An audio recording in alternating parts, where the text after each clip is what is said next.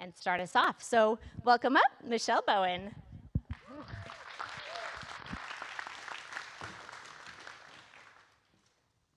All right, who out there is a parent? Not a parent of one of our people necessarily, but any parent of any age. Awesome. Yeah, they should. I feel like someone was going to clap. Yeah, we should clap. All parents should get a clap.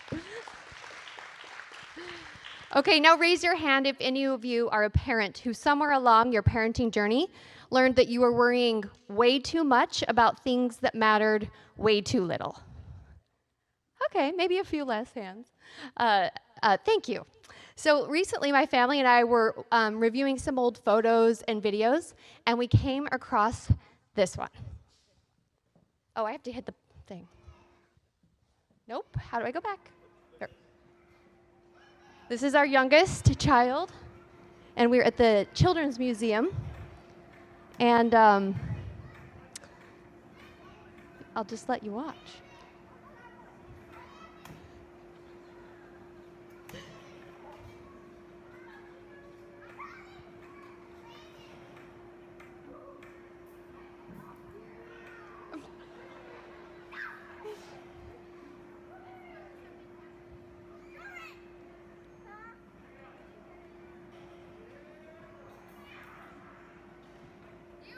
Yeah.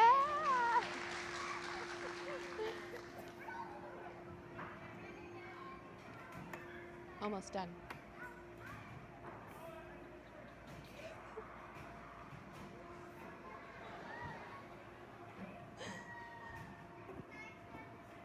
Ta-da! He did it.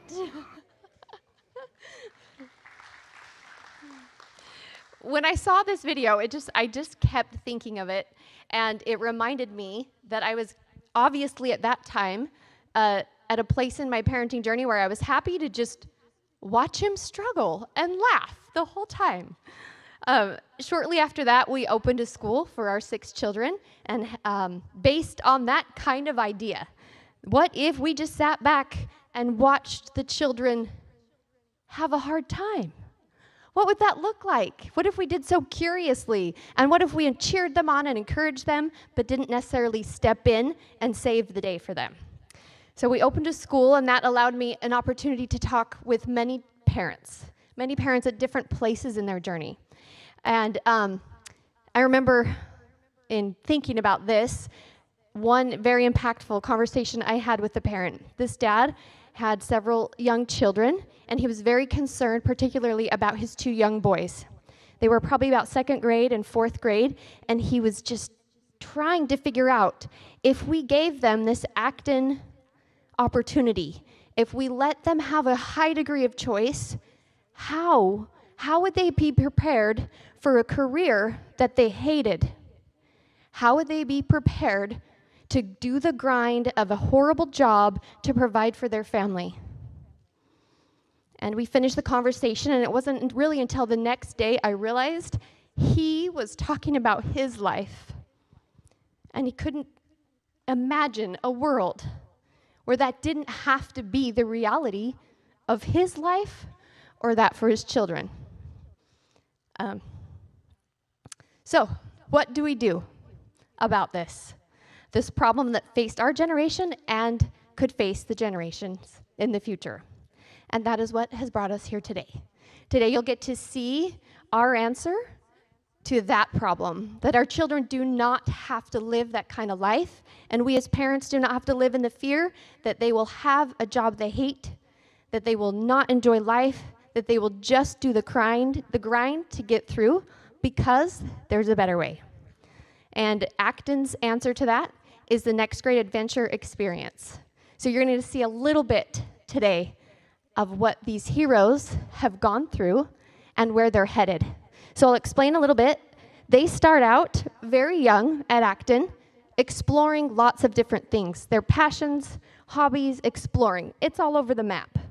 When they get to Launchpad, well, first in the navigation studio, they will do apprenticeships. Lots of different short apprenticeships that get longer and longer. And that's all in this zone of what we call exploring.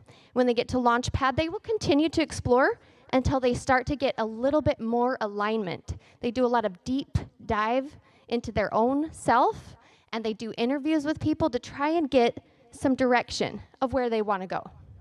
Once they've got that lined up, then they do the hardest and scariest thing of all, they commit.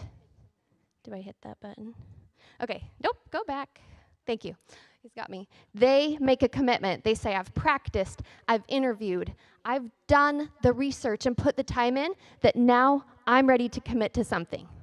And that's what you're going to see today.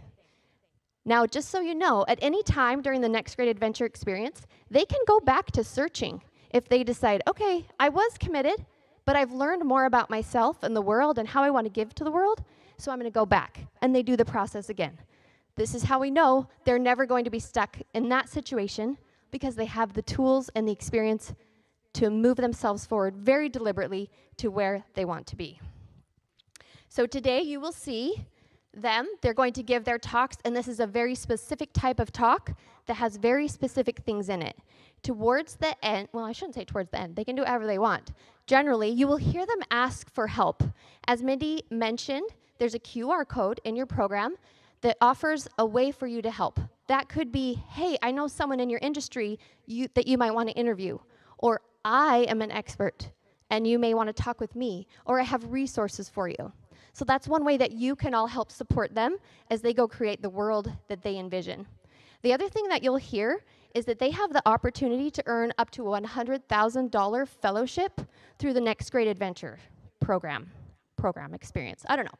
There's a board of people that review every NGA talk that's given around the world, and they are there to help fuel their next great adventure. So they'll be asking for something from you potentially, or the NGA board, and so you'll see when they ask for that. Once they get to committed, they move forward and they go out to build their dreams. So it's time to turn it to them and the world that they are helping us to create. This is a world where we fiercely trust children so that they gain the confidence, character, and real-world skills that they need to find their calling and change the world. This is a world where confidence is not built because we help someone succeed. It's built because they get to try and pick up all the balls and drop them, and pick them back up and drop them. And as they do that, they get the confidence they need. They grow the character that they need, and they have the skills they need to create the world that they want to create and where they're ready to change the world.